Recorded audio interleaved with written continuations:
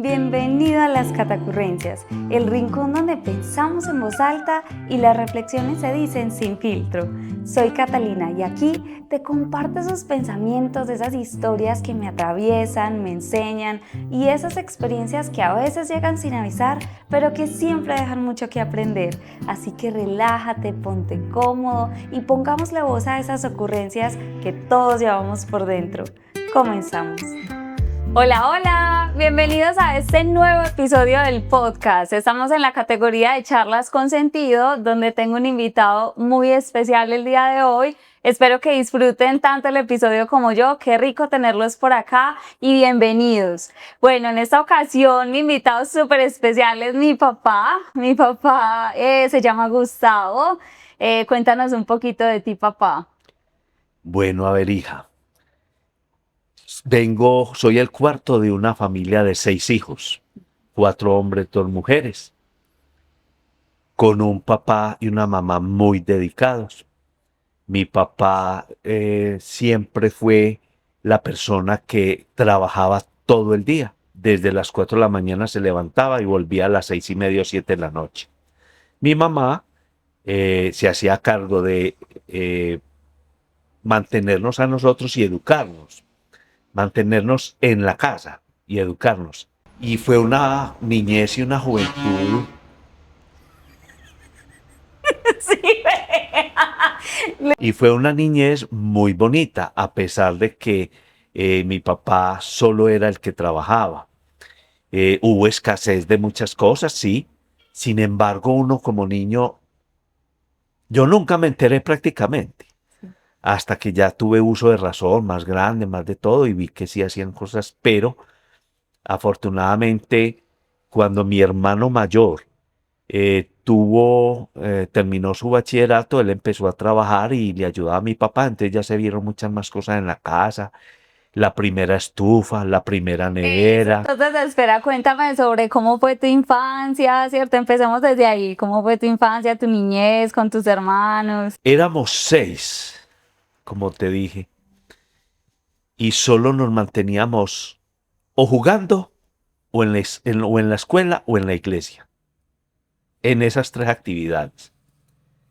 Mi niñez fue bonita, muy bonita, al igual que la de mis hermanos, porque a pesar de que había chancleta, cuando nos portábamos mal, pues eso a mí no me frustró y yo creo que a ninguno de mis hermanos. Pero si éramos, o mis padres fueron un ejemplo muy grande de superación, de puntualidad, de honestidad, de transparencia, esos valores que quizá ahora faltan en la sociedad.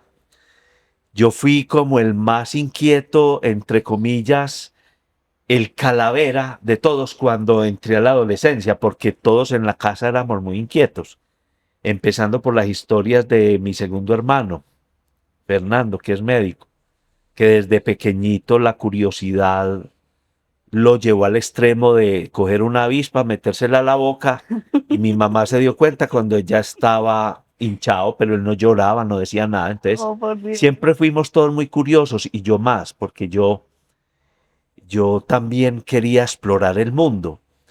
Yo fui un niño, a pesar de todo, introvertido, como lo éramos todos, muy penoso, como decimos ahora, muy Tímido. tímido, demasiado tímido. Sin embargo, con la ayuda de eh, las monjas y sacerdotes con los cuales tuvimos muchas encuentros, empezamos a salir como de esa timidez, al menos yo. Mis hermanos, el mayor, eh, muy inquieto con la música, pero empezó primero José Luis, el hermano menor. Entonces José Luis aprendió guitarra, luego Jorge aprendió bandola y guitarra empíricamente, y ya lo último, como a mí también me gustaba la música, a mí prácticamente me obligaron a que tenía que tocar el tiple para hacer el trío de los hermanos Betancourt. Y casi que por obligación lo aprendí, pero eso fue una época maravillosa porque nos abrió muchas puertas, en el sentido de que nosotros nos íbamos para San Antonio de Prado, la tierra de mi papá, y nos decían el niño Jesús de Belén, porque nosotros vivíamos en Belén y cuando íbamos a San Antonio de Prado dábamos serenatas en diciembre a todos los hermanos y hermanas de mi papá y primos. Entonces cada vez que nosotros íbamos, eso era una algarabía familiar espectacular. Entonces por ese lado de la música, mi papá tocaba guitarra, mi mamá y mi abuelo materno les gustaba el tiple. Entonces por ahí estaba la vena musical y artística, porque mi mamá, desde que yo tengo uso de razón, sobre todo desde que mi papá falleció, se dedicó a la pintura, al collage, a las pinturas al óleo, y ella misma hacía sus pinturas. La música, mi mamá nos dormía pequeños con mi papá, con una radio vieja, escuchando música clásica y música estilizada.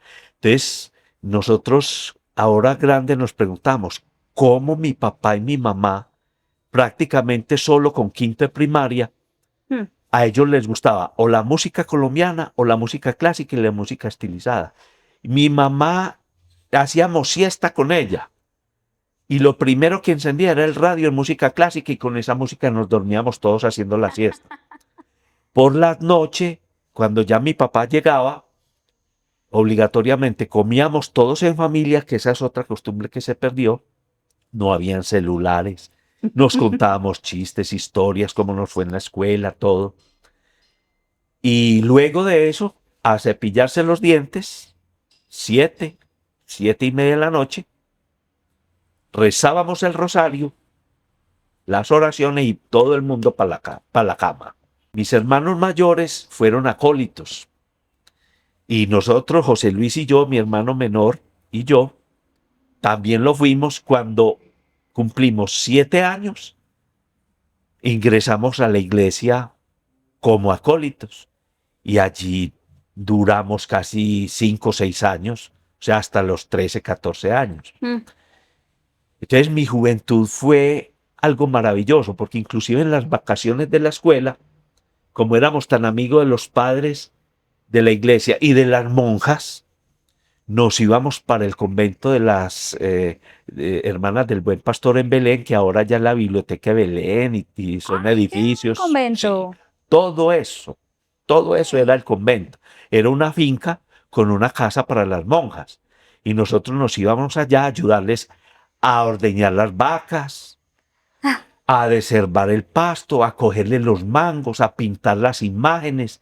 Esas eran las vacaciones de nosotros y eran fabulosas. Para nosotros era toda una aventura. Entonces eso hace que mi niñez y mi juventud yo no tenga sino agradecimientos. Pelas recibí. Uf. Mi Hablemos papá, de esas pelas. nosotros niños teníamos nuestros amiguitos y habían unos vecinos del frente, santanderianos, eran como 8 o 9 hijos y habían 2 que eran varones, el resto eran mujeres. Nos hicimos muy buenos amigos y mi mamá aprobó mucho siempre esa amistad. Pero nosotros con los varones, con los amiguitos de al frente, ellos tenían una terraza y allá nos íbamos, conseguíamos papa criolla, papa tal, y hacíamos almuercitos y eso para nosotros era Y había una casa que estaban construyendo y nosotros en esa casa nos íbamos e hicimos una candelada a la berraca. Cuando mi papá salió y vio eso y nos vio a nosotros, tremenda pela, porque esa era una casa desocupada que estaban construyendo, entonces nosotros hacíamos nuestras pilatunas, pero no era nada del otro mundo. Pero en esa época, molestar a un vecino, hacer algo, era una falta grave.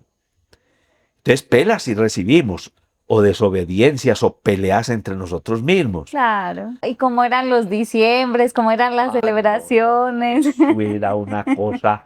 Llegaban las vacaciones de diciembre y había una cosa particular que pronto yo te la he narrado, pero la voy a narrar ahora. Y es que mi papá salía a vacaciones. Y cuando salía a vacaciones le pagaban la primita y todo. Y era alrededor de 15 o 20 días, desde más o menos el 20 de diciembre como hasta principios de enero. ¿Y él qué hacía? En el camión que él conducía para Everfindulana, de un momento a otro llegaba con lo que llamábamos el mercado grande, que eso no se veía en el resto del año. Y el mercado grande era que mi papá aprovechaba a su prima para llevar paños y telas de everfindulana para que mi mamá nos hiciera el estreno, que mi mamá Oh, aprendió modistería. me muero. Y por otro lado llevaba bulto de frijol, bulto de maíz, bulto de arroz, bulto de papa, canecadas de manteca, porque en ese tiempo no había aceite girasol o a cualquier otro tipo de aceite vegetal de ahora. Era la manteca de Era- cerdo, ¿cierto? Era la manteca de cerdo y hay que ver cómo sabían las cosas. ¿Qué más hacía? Mi mamá se ponía a hacer hojuelas, buñuelos, y algunas veces mi papá traía los buñuelos de una panadería en el centro que llamaba La Sorpresa. Eran unos buñuelos grandes, pero la delicia de esos buñuelos. Pero también para el 7 de diciembre era muy especial, porque mi papá, aparte del mercado, llevaba pólvora, chorrillos, de esas lucecitas, llevaba inclusive de esos, no pólvora explosiva, pero sí de esa pirotécnica de lucecitas. Y eso era totes, eso era una maravilla. Quemado sí algunas veces con los totes y eso, pero eso no pasaba a mayores, todo el mundo lo hacía. Y era una Navidad de fiesta, de alegría. En los 16 de diciembre empezábamos la novena y había una particularidad en ese tiempo que quizás se ha perdido mucho. Y es que empezaba el 16 de diciembre y hacíamos 3 y 4 novenas durante la noche, donde los vecinos, la novena, entonces nos daban sorpresitas o dulces y pronto no iba nada más por eso. En la otra vecina también dulces, sorpresitas, y así en todas las casas. Entonces llegábamos llenos de dulces y cosas. Y otra cosa, en ese entonces los cascabeles se hacían de tapas de gaseosa. Se aplastaban, se les hacía un hoyo en el centro, se insertaban en un alambre, y esos eran los cascabeles, y eso era una felicidad. Como por decir las maracas, pues, lo que hoy son las maracas. No, maraquitas había, pero los cascabeles como tal eran un instrumento musical de percusión nuestra de toda la vida. Sí. Entonces te puedes imaginar una Navidad con buñuelos, hojuelas, esa abundancia de todo, pólvora. Claro, porque diciembre era el mes más abundante, exacto, entonces. Música. Ajá. Visitábamos a nuestros tíos por parte de mi papá, música por todas partes. Los tíos y primos por parte de mi mamá, música, baile, con los hispanos, los graduados. Entonces nosotros veíamos bailar a mi papá, a mi mamá, a los tíos, a todo el mundo felices. No habían problemas, no había nada. ¿Y en tu adolescencia? Ya cuando entré en la adolescencia, resulta que mi papá también nos motilaba. Él tenía sus máquinas para motilar. Y el motilado era rapada toda la cabeza, excepto que una motica, que decían que era el estilo americano. Ok. Y eso era era una sensación en ese tiempo. Sin embargo, en la adolescencia, ya cuando terminé primaria y entré a bachillerato, en un colegio público, donde ya uno iba adquiriendo como su propia personalidad. Un día me iba a motilar mi papá y le dije, no quiero que me motile. Yo no quiero. ¿Qué tal? Y que le regaño y todos. ¿Qué? El primero que se le enfrentó como al papá fui yo. No quiero. Y no, eso me hicieron bullying todo el que quiera. Pero yo tenía ya mi personalidad. Y me dejé crecer el cabello casi hasta los hombros. Ok. Y todo el mundo me decía en la casa, pues, por ejemplo, el hermano mayor me hacía un bullying tremendo, que el calavera de la casa, que la niña, que vea, que tal. Y entonces yo no me hacía sino reír porque yo siempre tuve como una personalidad de que yo, hay que dirán, poco. Y a partir de ahí, ya la relación mía con mis hermanos y mi papá sobre todo cambió mucho, porque él no concebía que un hijo en ese entonces de 12 años o 13, pues Se dijera ese tipo de revelara. cosas, Ajá. exactamente. Sin embargo, mi papá fue muy que, a pesar de lo estricto y lo serio,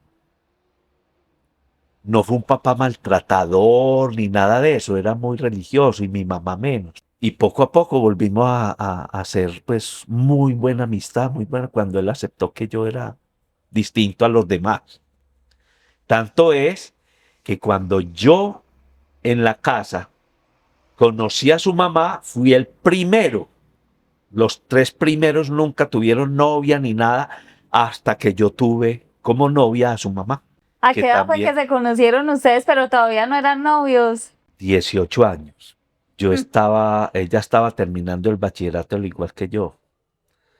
Y eso fue como una aparición, porque yo estaba en la casa de noche y llegó una hermana de tu mamá, que era muy amiga de Nélida porque estudiaron juntos, y era muy de la casa, era como una hermana para nosotros, una hermana más, muy querida.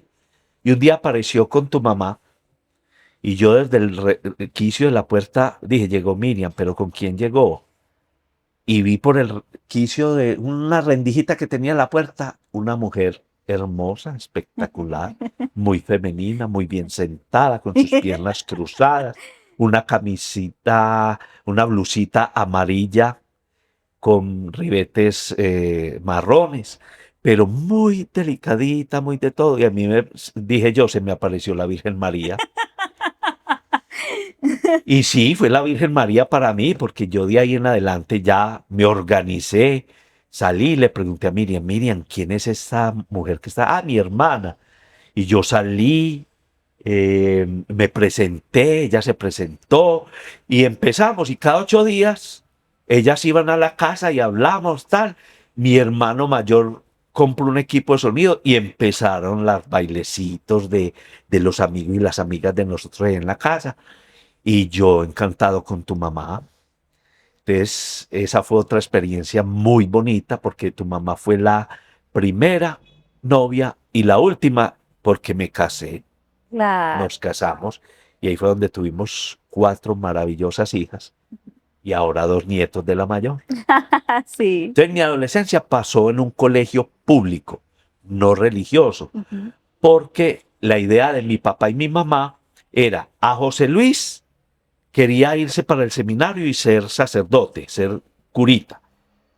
Entonces, claro, la parroquia y los sacerdotes lo patrocinaron y le dieron beca para irse a estudiar. A mí no, porque yo dije, no, yo no quiero ser Ok. sacerdote, yo quiero ser otra cosa. Es que tú eras la oveja negra de la época.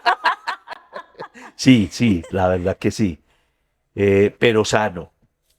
Y resulta que yo dije, bueno, ¿y usted qué quiere estudiar? No, yo quiero estudiar donde estudió mi tío Oscar. Y después me di cuenta que Parmenio, el esposo de Marta, la tía, también estudió allá. No, yo quiero estudiar en un colegio público y preciso, mi mamá me acompañó al Instituto Tecnológico Pascual Bravo, Ok. que era un colegio de bachillerato técnico. Uno, en todos los años allá le daban a uno técnicas como metalurgia, mecánica industrial, mecánica automotriz, dibujo mecánico, fundición. Y uno escogía en cuarto bachillerato, ya escogía a qué se quería dedicar de todas esas técnicas que daban allá. Ramas, ajá. Yo escogí el dibujo técnico, aunque me gustaba la mecánica automotriz, pero mi mamá decía, ay, qué pereza los mecánicos a toda hora con esas manos negras de grasa. Entonces yo dije, bueno, va a tocar dibujo técnico mecánico. Y de verdad que allá recibí unas bases, no solamente en todo lo que aprendí a nivel técnico, tecnológico, sino las bases filosóficas para preguntarme muchas cosas a lo largo del bachillerato.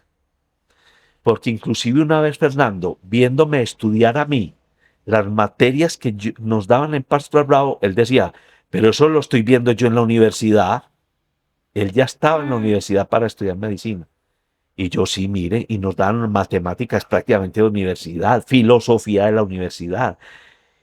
Entonces ahí empezó como mi inquietud por la superación personal, por la espiritualidad más que la religiosidad. Y como Fernando, mi hermano, sí se entregó a la lectura de eso a un lado de la medicina. Entonces aprendí mucho de él también. Uf. Yo era el conejillo de Indias de mi hermano, el médico, porque él estudiaba en mi anatomía, costillas, corazón. Él estudió en mí como un paciente. ¿Cómo era que lo hacían?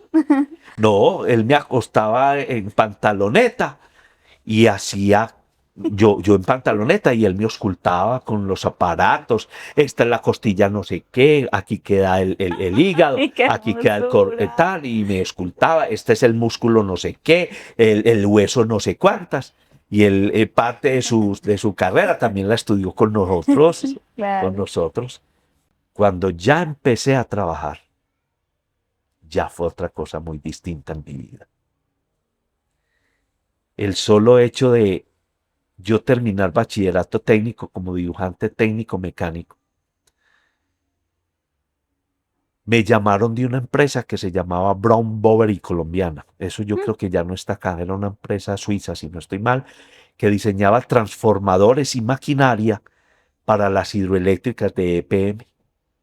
Wow. Entonces a mí me decían, necesito que usted me diseñe una pieza, una máquina, una cosa para la hidroeléctrica de Yaguas, que yo ya ni sé dónde queda. Y yo empezaba con los diseños, los piñones, una cosa, la otra, tal. Y el jefe me revisaba, ya hay que corregir esto, hay que corregir aquello. Y ahí empecé yo, hasta que ¿A qué edad empezaste a trabajar? a los 18 años exactos, exactamente terminé de bachillerato, a los 3 meses ya estaba trabajando. Pero ese trabajo no era fijo, no era indefinido, sino mientras yo elaboraba los planos y las cosas.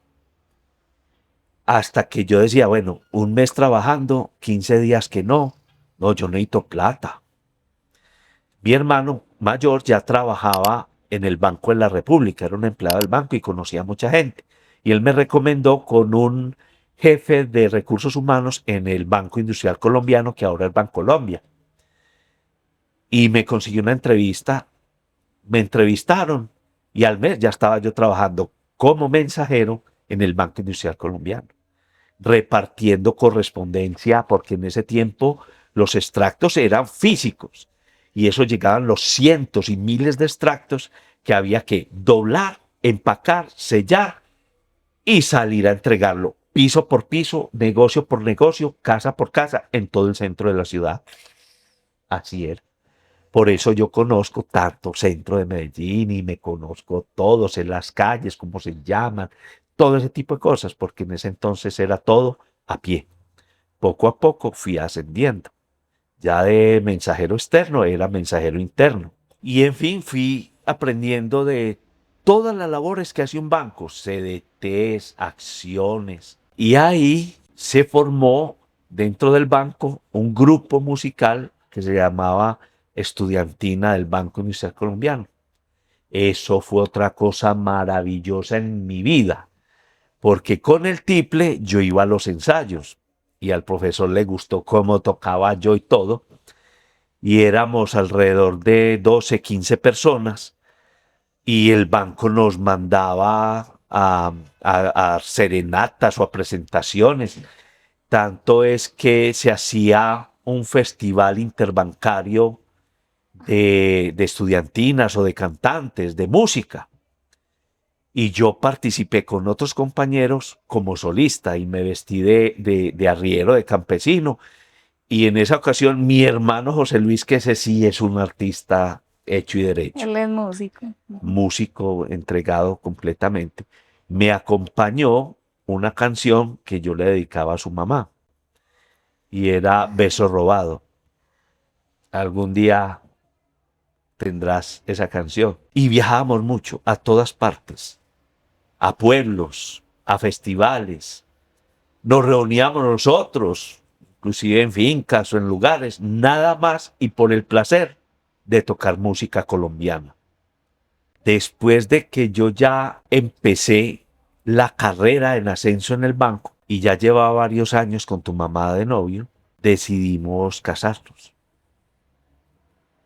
Pero mi carrera en el banco siempre fue en ascenso. Papá, ¿y cuál ha sido el momento más transformador de tu vida y digamos, por qué te marcó tanto? Fueron varios.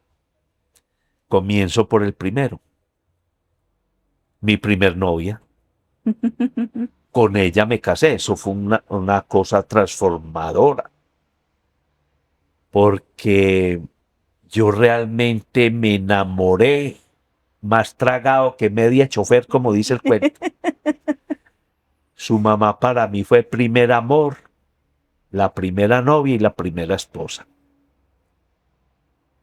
Y fue un mundo fascinante porque nos entendíamos a la perfección en todo. La música que compartíamos, la salsa, la música estilizada, la música clásica, la música bailable de ese entonces. A ella le gustaba viajar, a mí también. El viaje de luna de miel, que creo que su mamá nunca había salido de Medellín, pues, o del país, o en avión, fue conmigo. Y fue a San Andrés, porque yo ya conocía. Y eso fue maravilloso, maravilloso. La pasamos. No, no, no. Es que yo recuerdo cosas como si fuera ayer. Empezando por el matrimonio, cómo fue la boda, todo eso. Eso fue una cosa maravillosa. Gratos recuerdos. Luego fue el nacimiento de Isabel. Mi hermana A mayor. su mamá en todos los embarazos ella era muy tranquila, muy. Y eso me daba mi tranquilidad. Y fuera de eso, con mi hermano médico, pues que le preguntábamos cualquier cosa y él nos decía esto y demás. Cuando llegó el momento, estábamos en una situación muy difícil en Colombia con los narcotraficantes y había toque de queda porque explotaban bombas, carros bombas y la situación del país no estaba bien. Y llegamos a la clínica León 13, que en ese entonces era como la salud estaba manejada por el gobierno y era el seguro social el que manejaba las cosas y funcionaba a la perfección. Solo que después la vendieron a través de una ley, vendieron la salud, la volvieron un negocio. Pero eso funcionaba como un reloj. Y Isabel nació en la clínica León 13, cerca de la Universidad de Antioquia. Y eso fue una cosa maravillosa porque a ella la entraron, a mí me dejaron en una sala esperando. Y en la madrugada me dijeron que ya había nacido mi hija. Y yo feliz, y cuando la va a dar en un momentico que esté en la habitación. Yo recuerdo que yo entré a esa habitación y yo no sabía qué hacer. Yo saludé a tu mamá, le di un beso y inmediatamente me fui para donde Isa. Y así mismo hice con todas. ¿Qué fue lo primero que hice? Le miré la cara y le empecé a contar los dedos de las manos y de los pies. Que estuviera completica. Y gracias a Dios, todas ustedes fueron una cosa maravillosa. Ese fue el segundo. Ya después nació Gloria, Gloria Elena, que también fue una sorpresa después de prácticamente 2 años que tenía Isabel. Luego Sara. Ahí yo me separé de tu mamá por diferentes motivos. Pero después de 5 años, 4 años de estar separados, volvimos a intentar de nuevo. Y ahí en ese intento quedó de Catalina. La cereza del pastel. Sí, la ñapita maravillosa. Sí. Que gracias a Dios, doy gracias a Dios por cada una de ustedes. Después las cosas cambiaron y me retiré del banco, que fue otra cosa que me marcó, porque yo no sabía qué iba a hacer, pero a pesar de todo yo ya tenía conversaciones en otro banco y estaba en conversaciones para entrar a ese banco. Me hicieron exámenes, pruebas, todo. Y yo ya estaba listo prácticamente para ingresar a esa nueva entidad crediticia. Hasta que pasó lo que pasó. Y fue que salí con mis amigos del banco, los anteriores, les conté, almorzamos, comimos, era de noche. Yo en el carro que tenía lo repartí a cada uno y como yo ya estaba fuera de la casa, pues yo me fui para donde yo vivía. Y cuando iba a parquear el carro, un tipo por aquí con una pistola y otro por la otra ventana. Bájate, bájate, bájate. Y un taxi ahí como a 20 metros esperándonos. El carro yo lo tenía con una alarma de puertas, cosa que si ustedes abrían la puerta o algo o estaba mal cerrada, el carro sonaba. Yo me bajé del carro con las manos arriba, ellos se subieron, cerraron mal la puerta y al arrancar sonó la alarma. Ellos se devolvieron, se bajaron, me apuntaron a la frente, me dijeron, ¿qué le hiciste, hijo de tantas? Y yo, ¿qué le iba a hacer? Nada, nada. Entonces yo me agaché, les di la espalda y me pegaron un disparo que me cogió la columna, los intestinos, el diafragma, el hígado y el pulmón. Yo caí al piso. Sin embargo, me dejaron ahí tirado, el carro no se lo llevaron y se subieron al taxi y se perdieron. Y el amigo de la casa donde yo vivía salió.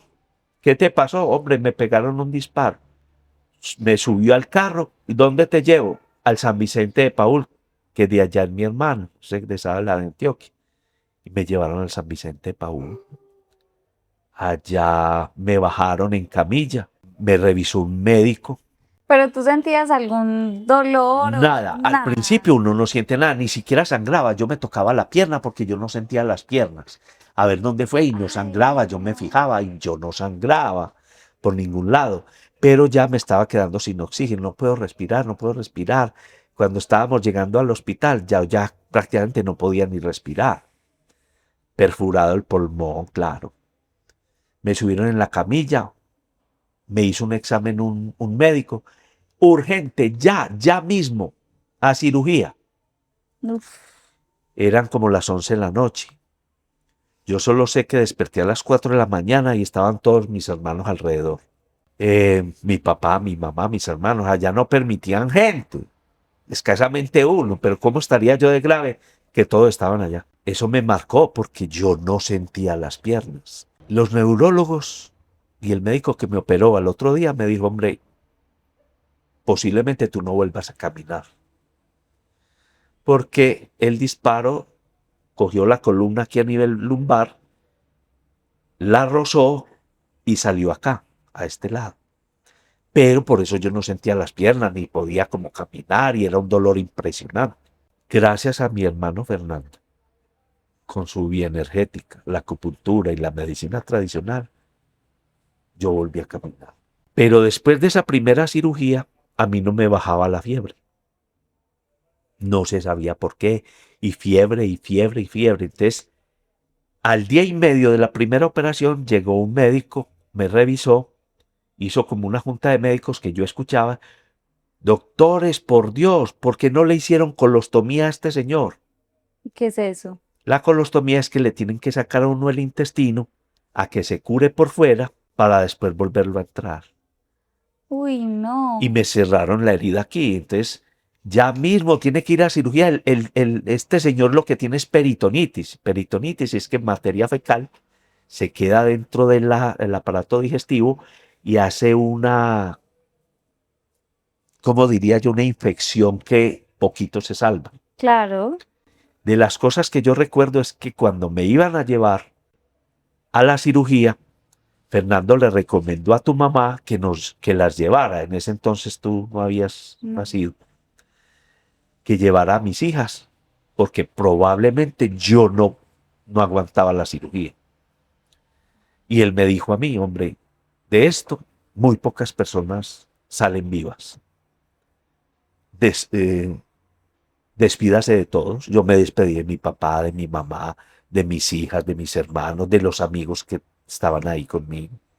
Yo ya estaba desprendido completamente. Eso fue otra de las cosas que yo decía, bueno, si no vuelvo, Pues yo estaba muy tranquilo, muy desapegado.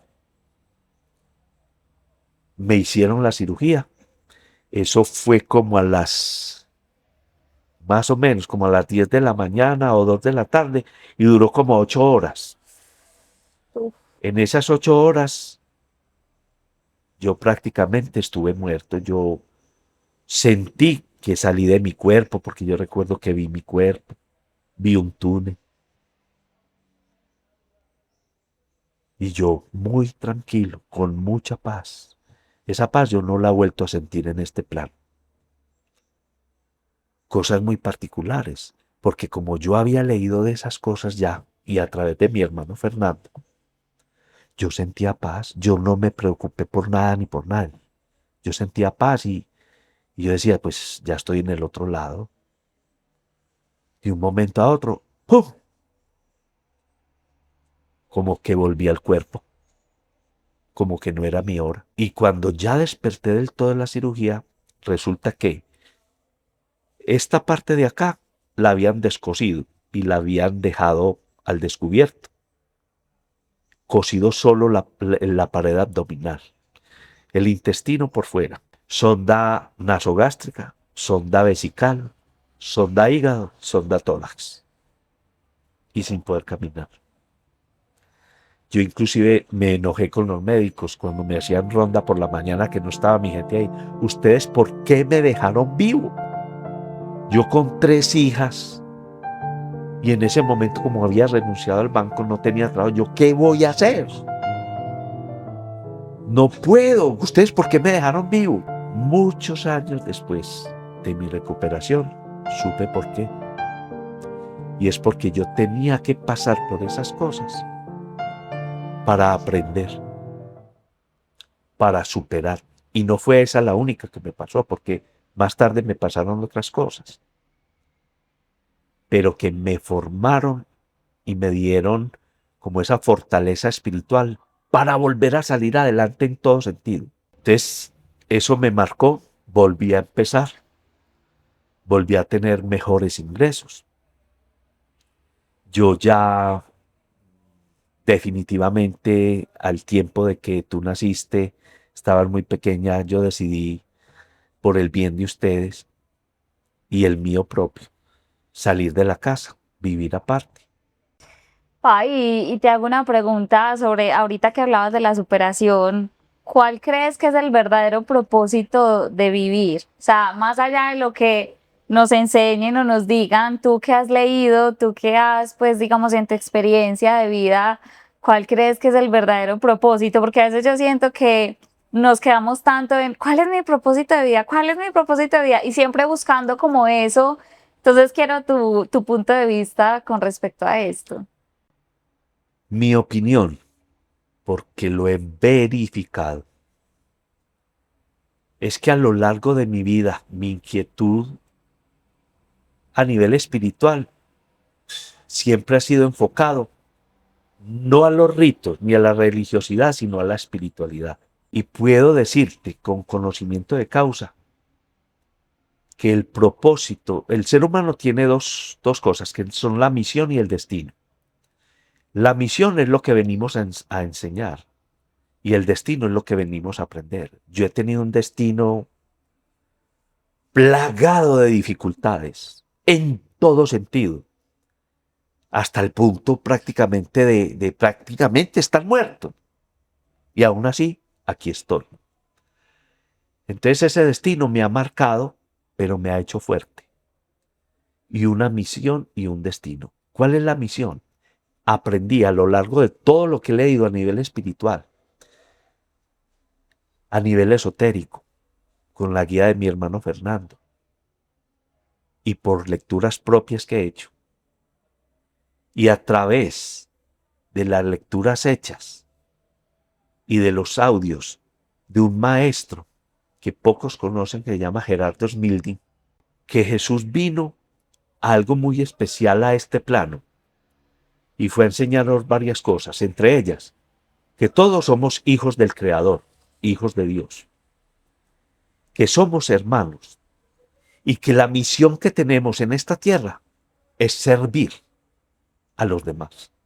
dentro de nuestra limitación, desde nuestra profesión, pero es servir.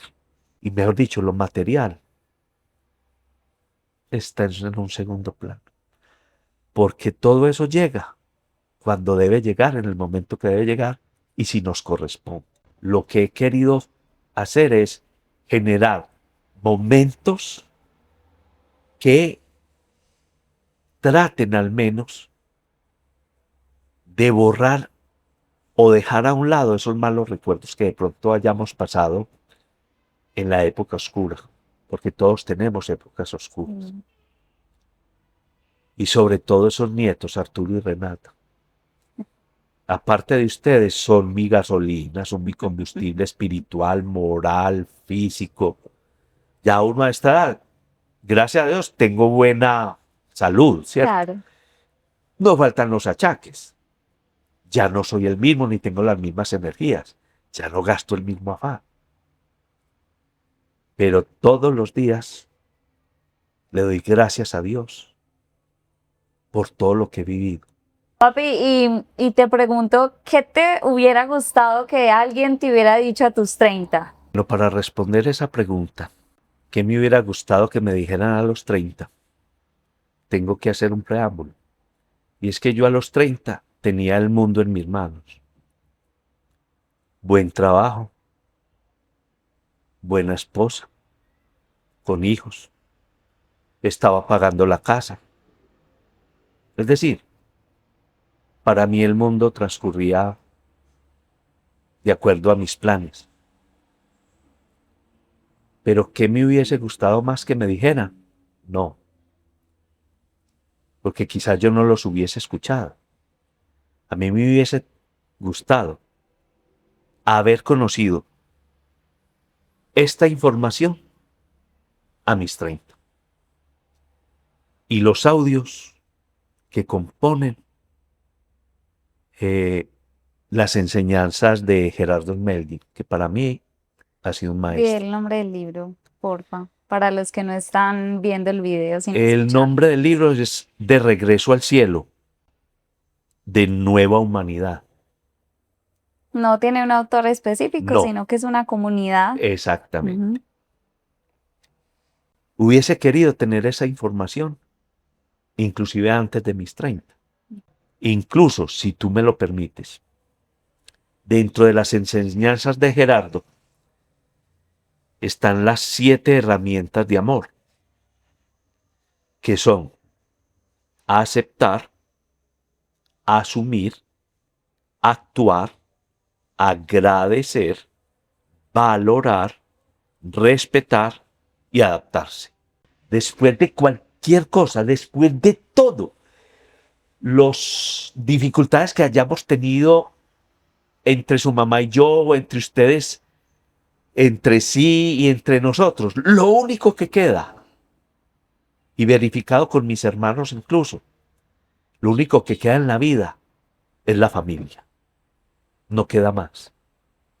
Si usted se ha llevado bien con su familia, puede decir como yo, miro hacia atrás y puedo bajar tranquilo al sepulcro. Ujú. Hagamos un pare porque...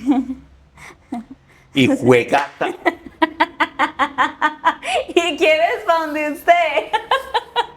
¿Neta que sí? Ya Sí. con mi amigo Cosmo aquí, pues. Papi, para finalizar el episodio, quisiera como qué lección de vida le dejarías a las personas o a la persona que esté escuchando esto, ¿cierto? Y a mí, eh, ¿cuál sería esa lección de vida que nos dejarías como con base en toda tu experiencia y lo que has vivido? Buena pregunta, a la cual no tengo una respuesta muy... Pero yo quizá te diría, vivan la vida intensamente. Problemas van, problemas vienen. Es solo enfocarse o en resolverlo o en tirarse al abismo. Uno solo no puede. Yo necesité terapia. a través de psiquiatría y psicología. Pero la verdad es eso. He vivido mi vida intensamente. Yo me disfruto todo. Yo creo que no he perdido la capacidad de asombro. Hubo una serie que desde pequeños, desde los años 60, mi mamá le encantó. Yo no sé, mi mamá y mi papá les gustaban las cosas espirituales, las cosas esotéricas y la espiritualidad como tal. Una serie que se llama Kung Fu. Y en esa serie aprendimos muchas cosas de la filosofía oriental. Y recuerdo en un capítulo que el discípulo Kung Fu le preguntaba al maestro, ¿qué es la sabiduría? Y él le respondió simplemente, conciencia constante. O sea, ser consciente de cada cosa que pensamos, decimos, hacemos, sentimos. Esa es la Ay, sabiduría. papi, no, de corazón te agradezco mucho por estar aquí, por aceptarme esta invitación. Gracias por invitarme a tu canal, a tu podcast Las Catacurrencias. Es un honor y un privilegio. Bueno, y muchísimas gracias a ustedes por estar en este episodio, por acompañarme en esta charla. Espero que les haya encantado como a mí y nos vemos en el próximo episodio para contarles muchas más catacurrencias. Chao, chao. ¡Listo!